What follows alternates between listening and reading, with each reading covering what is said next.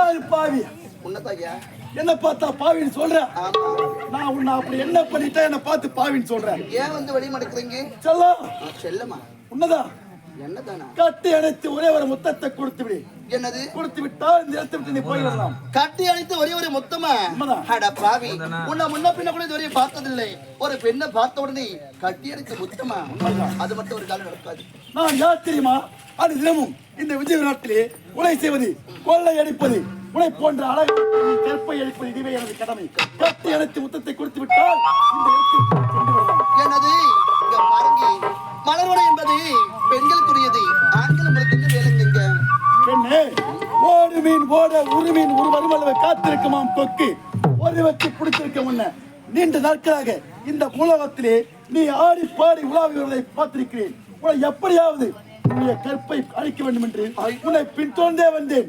அந்த நேரம் இப்பதான் கிடைச்சிருக்கு. கட்டியணைத்து முத்தத்தை கொடுக்க முடியாது. கட்டியணைத்து முத்தமா? முடியாது. நீங்க காண்பது பகல் கனவு. அது ஒரு காலம் பலிக்காது. வந்தபடி